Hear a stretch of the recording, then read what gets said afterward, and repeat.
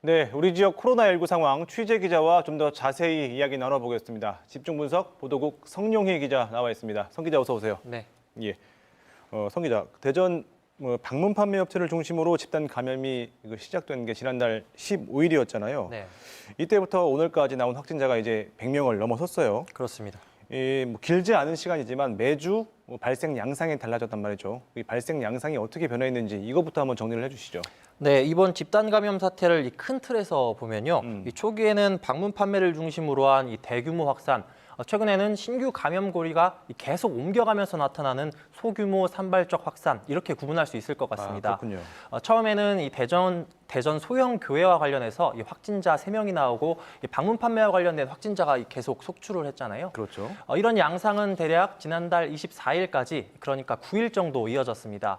이때까지 기간으로 보면 이번 사태의 3분의 1이 조금 지난 시점이거든요. 네. 그런데 워낙 지표 환자 한두 명을 중심으로 급속도로 확산하다 보니까 확진자가 66명이나 나왔습니다. 예. 확진자 수로 보면 6월 15일 이후 나온 전체 확진자의 49%, 절반이 이때 나왔습니다. 예. 그러다가 24일 이후로는 감염 경로가 나오지 않은 이 서울 방문 이력이 있는 회사원 남성이라든지 예. 이 폐렴 증세로 충남대 병원에 방문한 뒤에 부인과 아들까지 확진된 60대 남성이 나왔고요. 그랬죠. 파남 장로교회를 방문했던 이 30대 남성, 또 개인 의원, 간호조무사처럼 이 방문 판매와 관련이 없지만 이 최초 감염 경로를 알 수 없는 확진자들이 속출하기 시작합니다. 한 확진자를 중심으로 이 많게는 7, 8명, 적게는 서너 명씩 이 산발적 감염이 이어졌고요. 그제 나온 이 140번, 대전 140번 확진자죠. 역시 감염 경로를 알 수 없는 이 50대 여성을 통해서 확진자 5명이 추가로 나온 상황입니다. 그 초기에 확진자들이 쏟아졌던 그 방문 판매 업체 사태와 비교하면 최근에는 좀 확진자 수가 좀 줄어서 그나마 다행이긴 한데 네네. 발생 장소가 좀 문제가 있잖아요. 집단 감염 우려가 큰 곳인데 어떻습니까? 네, 이 조금 전에 이 지난달 24일부터 양상이 좀 바뀌기 시작했다 이렇게 말씀을 드렸잖아요. 네. 그때부터 나온 이 주요 감염 장소를 살펴보면요, 확진자 2명이 접촉한 이 파남 장로교회, 이게 학생 확진자 3명이 나온 대전 천동초등학교가 있고요. 네. 확진자 10명 넘게 관련된 이 서구 정림동의 개인 의원, 이 확진자 6명이 관련된 이 유성구 원내동의 개인 의원, 이 확진자 2명이 나온 이 세이백화점이 있습니다. 예. 이렇게 이 서로 다른 장소에서 널뛰기 하듯이 감염고리가 생기고 있는데 예. 이 교회나 학교, 의원, 백화점 모두 집단 감염 우려가 큰 곳들입니다. 그렇죠. 또 주요 감염 장소 중 의료시설이 2곳이나 된다는 것도 문제인데요. 예. 앞서 확진자가 나온 정림동 개인 의원은 이 처음 확진된 간호조무사가 일주일 넘게 의심 증상이 나타났는데 예. 계속 출근을 했죠. 야, 이거 아프면은 당연히 쉬는 게 맞는데 병원에서 이런 기본적인 방역 수칙도 지키지 않은 겁니까? 네, 그렇습니다.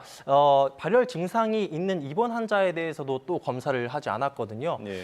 또 오늘 확진자 2명이 발생한 이 원내동 의원도 이 환자로 찾아온 40대 확진자를 통해서 전파가 됐는데 이 환자가 의심 증상을 보인 뒤에 5번이나 의원에 방문했는데도 의원에서는 이 선별진료소에서 검사를 받으라는 안내를 하지 않았습니다. 예.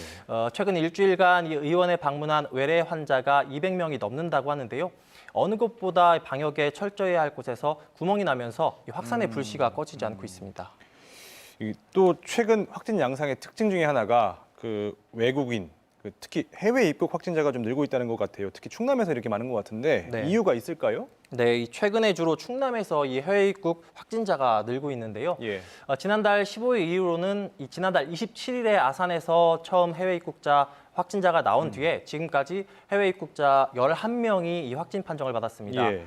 지역은 이 천안, 아산, 이 당진, 부여 등 다양한데요. 그렇네요. 어제도 당진에서 카자흐스탄인 3명이 확진이 됐죠.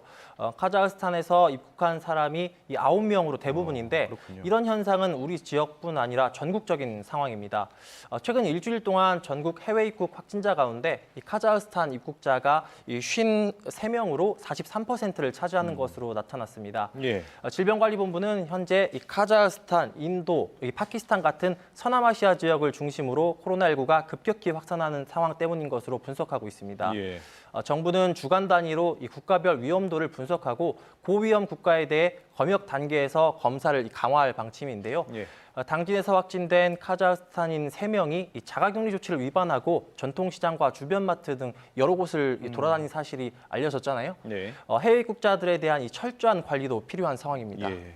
자, 마지막으로 오늘 중앙재난안전대책본부가 일상 활동들을 위험도에 따라서 분류를 했잖아요. 네. 위험도가 높은 활동들은 이제 특히 우리가 자제를 해야 될 텐데 어떤 것들이 있습니까? 네, 이 질병관리본부에서 나온 자료를 먼저 보면요, 이 기초 감염 재생산 지수, 그러니까 이 확진자 한 명이 일으키는 2차 감염자 숫자가 이 최근 일주일 값이요, 전국 평균은 1.06인데 이 충청과 호남은 1.34로 나왔거든요. 네. 충청권에서 확산 우려가 높은 상황인데 이 정부가 분류한 고위험도 활동은 특히 자제를 해주셔야겠습니다. 예, 예. 먼저 위험도가 높은 활동은 이 외식, 운동, 이 노래, 물놀이고요. 네. 중간 위험도 활동은 종교 활동, 모임 행사, 이 목욕, 사우나, 미용, 뷰티 서비스입니다. 낮은 위험도는 이 쇼핑, 독서, 공부, 게임, 관람 같은 건데요. 위험도가 낮은 활동이라도 밀폐나 밀집한 환경에서는 위험도가 높아질 수 있기 때문에 주의하셔야겠습니다. 정부가 이런 활동에 대한 이 자가 점검표를 배포했는데 활동을 하기 전에 스스로 위험도를 미리 진단해 보면 이 개인 방역에 큰 도움이 될 것 같습니다. 네, 성 기자 오늘 여기까지 듣겠습니다. 수고했습니다.